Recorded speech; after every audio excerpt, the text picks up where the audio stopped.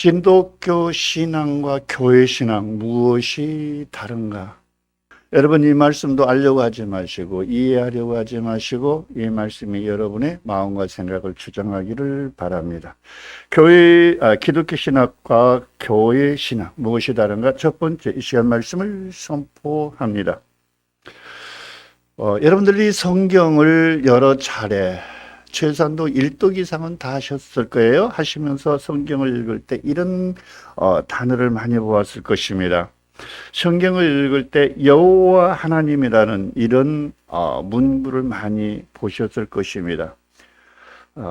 잘 보십시오. 여호와가 하나님이고 하나님이 여호와입니다. 똑같은 단어입니다.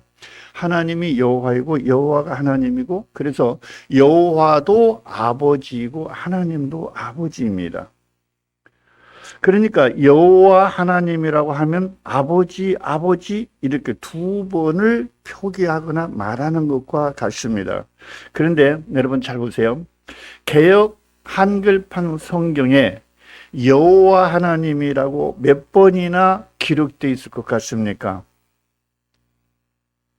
무려 5,911번이나 개역 한글판 성경에 여호와 하나님이라고 기록하고 있고, 지금 새로 나온 개역 개정 성경에는 한 번이 적은 5,910번이나 아버지라고 하지 않고 여호와 하나님이라고 표기하고 있습니다.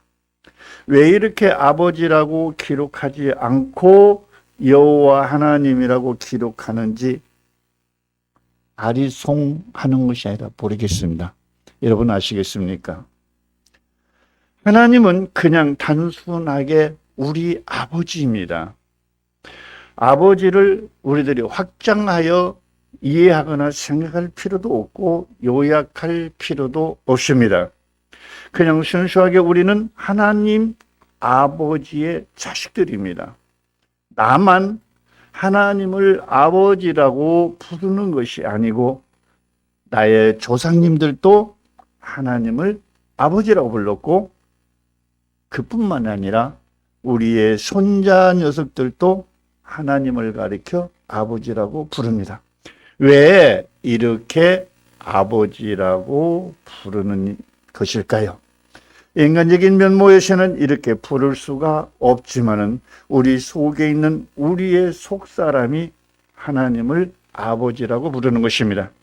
영의 사람으로 거듭나지 않은 사람은 아버지라고 부를 수 없습니다. 땅에 속한 사람이 하늘에 속한 사람으로 거듭나면 누구나 다 하나님을 아버지라고 부를 수 있고, 하나님의 자녀들이 되면 이 땅에 사는 동안 하나님 아버지의 보호를 받습니다. 하나님의 사람들에게는 항상 경호 요원들이 달라붙습니다.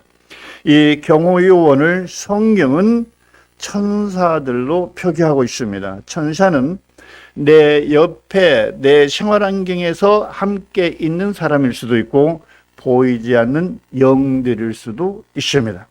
이 천사 영들은 내가 진리의 길을 벗어나면 벗어나는 길에서 바로 잡아줍니다. 마치 아기가 차도로 뛰어들면 그 부모가 뛰어들지 못하도록 잡는 것 같이 말입니다. 그럼에도 불구하고 계속 사람이 진리의 길을 벗어나려고 고집하며 몸부림친다면 그 사람은 정말 고난의 길에 접어들기 시작합니다. 그 사람이 깨달아서 멈출 때까지 깨달음을 줍니다.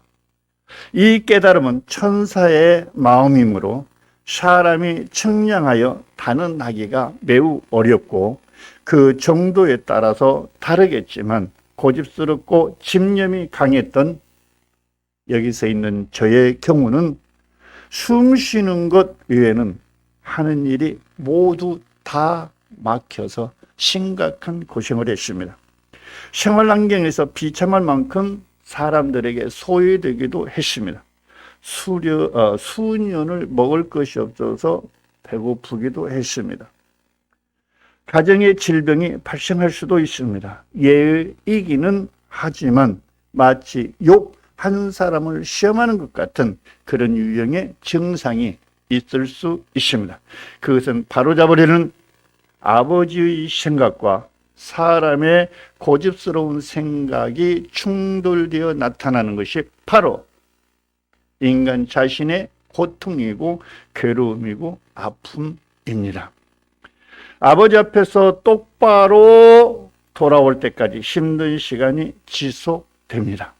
이런 경우는 다 그런 것이 아니고 특별한 경우라고 저는 생각을 합니다. 이런 과정에서 멀리 서서 우리는 회복시켜 달라고 부르짖어 기도합니다. 기도한다 해서 절대로 회복되지 않습니다. 진짜로 돌아와 그 진리 앞에 복종할 때까지 지속됩니다. 이것을 깨달으면 이런 생각이 듭니다.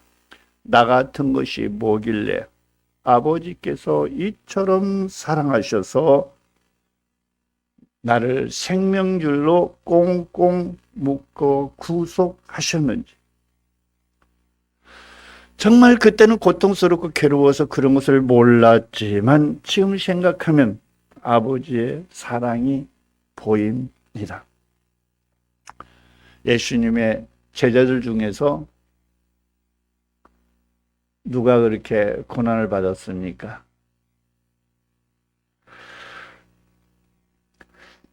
우리는 그런 고난, 고통을 벗어나려고, 아픔을 벗어나려고 절대로 기도해서는 안 됩니다. 자, 함께 들어봅시다. 그냥 우리는 어떤 역경 속에서도 입에 달고 살아야 할 단어가 하나 있습니다. 어렵지 않고 길지 않습니다. 그것은 감사입니다. 여러분 힘드십니까? 까닭 없는 이유는 없습니다. 문제 속에는 아버지의 사랑이 반드시 들어있습니다. 힘들다고, 고통스럽다고, 괴롭다고, 아프다고 몸부림쳐 절대로 기도하지 말고 그 원인을 내 스스로 찾아야 합니다. 원인 없는 까닭은 없습니다. 우리들의 고통을 기독교 신학으로 풀면 저 같은 십수년을 깨달을 때까지 값없는 망령된 보상 없는 고생만 실컷 하면서도 깨닫기 어렵습니다. 아버지를 알고 아버지 품으로 돌아올 수 있는 기회를 주신 것에 대하여 무조건 묻지도 따지도 말고 감사하십시오. 그리고 무엇보다도 아버지 앞에서 똑바로 정직하십시오. 정직은 필수이며 숨질 때까지 내가 아버지 앞에서 해야 할 영원한 숙제입니다. 우리의 생명도 우리라는 내 것이 아니고 아버지 것입니다. 내 것은 이 세상에 아무것도 없습니다.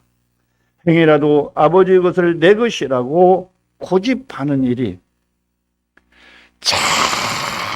절대로 없기를 바랍니다. 내 생각에 지배를 받는 순간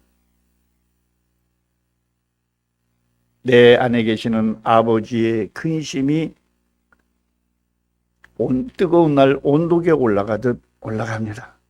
아버지의 근심은 내 자신의 생명을 까먹는 기회가 되면서 자기의 속사람인 영이 빼빼 메말라 갑니다. 비참하죠.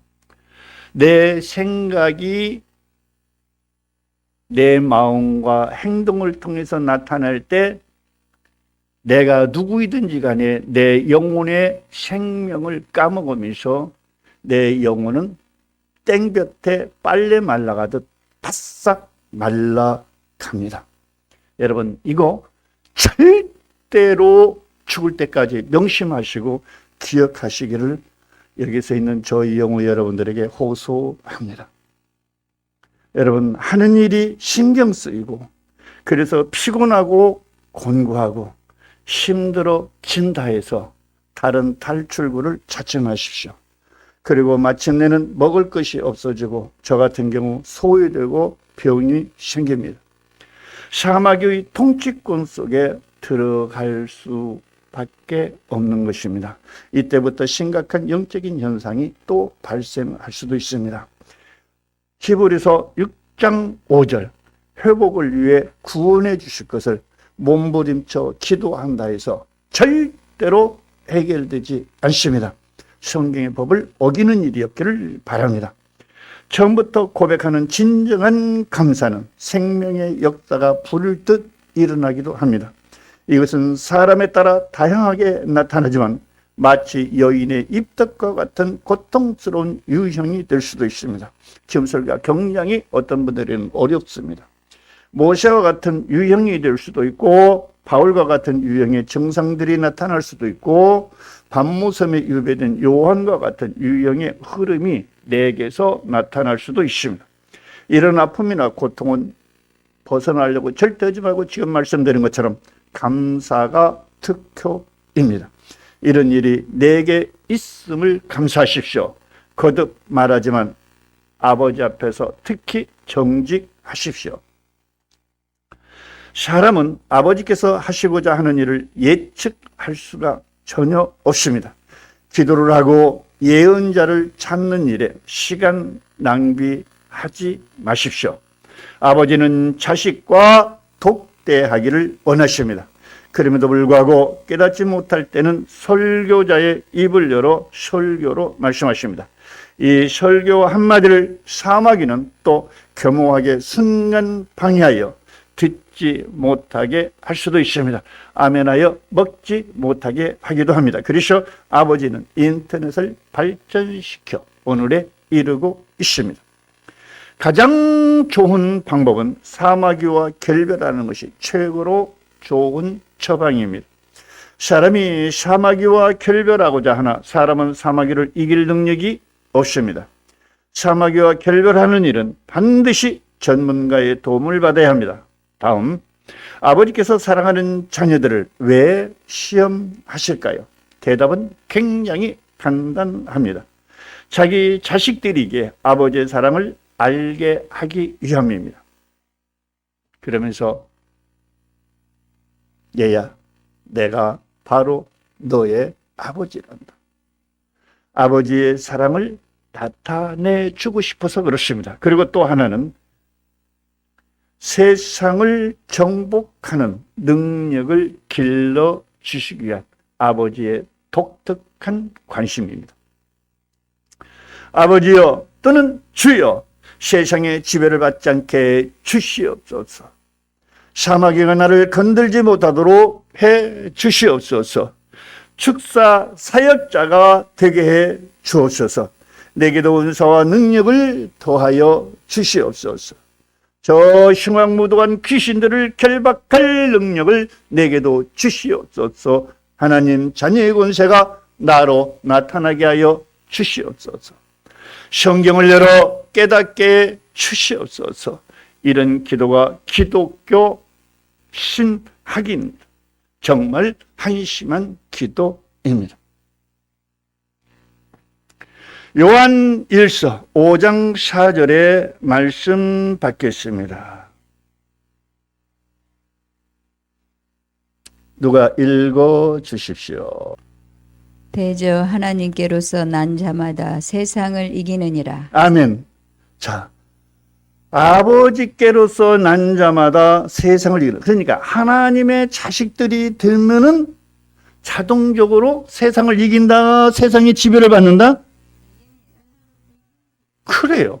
그런데 뭘 주시옵소서 한단 말입니까? 하나님이 하시는 얘기예요. 영혼들 죽이지 마세요. 아버지의 자식들은 그가 어중이가 되었던 떼중이가 되었던 하나님 자녀의 권세가 있기 때문에 이미 세상을 이겨버렸습니다. 막강한 하나님의 자녀의 권세를 가진 권세자가 뭘 주시옵소서 한단 말입니까? 아버지께서 주시는 연단은 세상 임금으로부터 세상의 지배를 받지 않는 세상을 이기는 당당한 자녀들로 양육하시기 위한 아버지의 간절한 뜻이 우리들의 고난이고 고통입니다. 이것을 즐거움으로 감수하면 그 멍에가 대단히 가볍지만 그렇지 않을 때 불평, 원망, 하소연하게 될 때는 참으로 심각한 상태에 이르게 됩니다. 그래서 우리는 이런 고백을 합니다. 우리 다 같이 하겠습니다. 하나님은 나의 영혼의 아버지십니다. 이렇게 고백하는 것입니다. 이 고백은 명약 중에 하나입니다. 이 고백을 하지 못하고 이 고난을 벗어나게 주시옵소서라고 몸부림치는 일은 하지 않는 것이 좋다 안 좋다? 그리고 아버지의 사랑을 깨닫게 해주심에 감사할 줄 알아야 합니다. 이런 진리를 난해한 문장으로 이해하거나 해석하려고 하지 말고 단순 문장으로 받아 접수하십시오. 하나님의 말씀은 결코 어둔한 우리들에게 어둔하게 가르치지 않습니다. 기독교 신학과 교회 신앙은 이렇게 전혀 다른 개념인 것입니다. 잘 들으면 그 답을 얻게 될 것입니다. 여러분 절대로 어렵게 생각하지 마십시오. 그 깊이를 생각하지 마십시오. 사람이 무엇을 깊이 생각하거나 그 깊이를 더하면 그것이 정답인 것 같지만은 정답보다는 오답이 더 많이 나옵니다. 무엇이든 하나님의 일은 절대로 어렵게 생각하지 마십시오. 나는 어렵지만 내 안에 계신 지혜로운 능력의 하나님이 처리하기 때문에 어려운 게 하나도 없습니다. 아기가 30cm 발걸음을 걸을 수 있을까요? 그러나 어머니는 걷습니다. 내가 걸으려면 30cm를 뛰지 못하지만 어머니는 가볍게 뜁니다. 무슨 말인지 아시기 바랍니다. 여러분 절대로 간단하게 생각하십시오. 그리고 스쳐 지나가는 것을 과감하게 붙잡으십시오. 영적인 현상은 공기보다 매우 가볍습니다. 번개처럼 지나가는 그것을 움켜잡으십시오. 그리고 무엇인가의 생각에 절대로 빠져들지 마십시오. 그 생각 속에는 대부분 함정이 들어 있습니다. 예수의 이름으로 여러분 개업해 보셨죠? 또 어떤 일을 개장해 보셨죠? 취업도 해 보셨죠? 불과 몇 개월 또는 몇 년 못 가서 샤타문을 내려야 하는 엉뚱한 경험들 많이 해 보셨죠? 돈과 시간을 들여 외국 유학 가서 공부하고 학위까지 받아왔는데 어때요? 실망하셨죠? 하나님 아버지가 실망시키는 분일까요? 아버지는 창조 이래 한 번도 실패한 기록이 없고 자기 백성들을 실망 또는 실패하도록 인도하신 기록이 없습니다. 아버지는 자식들에게 실망이나 실패를 주지 않습니다. 자기 욕심 때문에 스스로 실망하거나 실패하는 것입니다. 이렇게 문제는 아버지께 있는 것이 아니라 사람 자신에게 있습니다. 그러므로 자기 생각으로 함부로 아버지 앞에서 해결을 위한 기도를 하지 말라는 것입니다. 따라서 하겠습니다. 따라서 하고 마치도록 하겠습니다. 문제나 사건을 가지고 기도하게 하는 것은 기독교 신학이고 교회 신앙은 문제나 사건을 꾸짖는 신앙이다. 다시 한번요. 어때요? 기독교 신앙과 교회 신앙은 달라요? 안 달라요? 얼마나 달라요? 땅과 하늘만큼 다르죠. 다음 시간에 이어서 이 말씀 꼭 받도록 하고 오늘 이 시간 여기서 마치겠습니다.